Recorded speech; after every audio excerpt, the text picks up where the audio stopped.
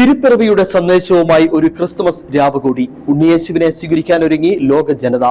പുതുപ്രതീക്ഷയുടെ വെളിച്ചവുമായി നാടും നഗരവും ഉണർന്നു.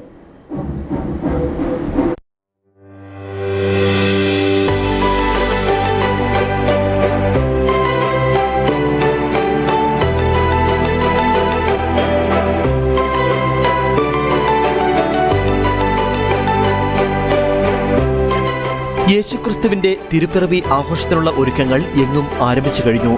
വീടുകളിൽ നിറമേകി നക്ഷത്രങ്ങളും പുൽക്കൂടും. കുഞ്ഞുങ്ങളെ ചേർത്ത് പിടിക്കാൻ സാന്താക്ലോസ് അപ്പൂപ്പൻ. പുതുപ്രതീക്ഷയുടെ വെളിച്ചവുമായി നാടും നഗരവും ഉണർന്നു. നക്ഷത്രങ്ങൾ തൂക്കിയും പുൽക്കൂട് ഒരുക്കിയും ട്രീയും വീടുകളും അലങ്കരിച്ചും ക്രിസ്തുമസിനെ വരവേൽക്കാൻ ഒരുങ്ങിയിരിക്കുകയാണ്. ആദ്യകാലങ്ങളിൽ കൂടുതലും ക്രൈസ്തവർ മാത്രം ആഘോഷിച്ച ഉണ്ണിയേശുവിന്റെ തിരുപ്പിറവി ഇപ്പോൾ ജാതിമത ഭേദമന്യേ മുഴുവൻ പേരും ഒരുപോലെ ആഘോഷിക്കുന്നു.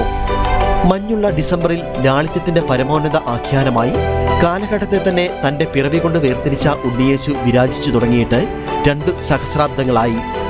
ഉണ്ണിയേശുവിന്റെ ചരിത്ര പ്രാമുഖ്യത്തോടൊപ്പം പുൽക്കൂടും സാന്താക്ലോസും ക്രിസ്തുമസ് ആശംസാ കാർഡുകളും ലോകമനസ്സുകളെ ക്രിസ്മസ് കാലയളവിൽ കുളിരുകോരിക്കുന്ന ഒരു സഖ്യാനുഭൂതി കൂടിയായി മാറിക്കഴിഞ്ഞു. ക്രിസ്തുവിന്റെ തിരുപ്പിറവി ആഘോഷങ്ങൾക്കായി ദേവാലയങ്ങളും ഒരുങ്ങി. ആഘോഷങ്ങളുടെ ഭാഗമായി വിവിധ ദേവാലയങ്ങളിൽ പ്രത്യേക ശുശ്രൂഷയും പാതിര കുർബാനയും നടക്കും.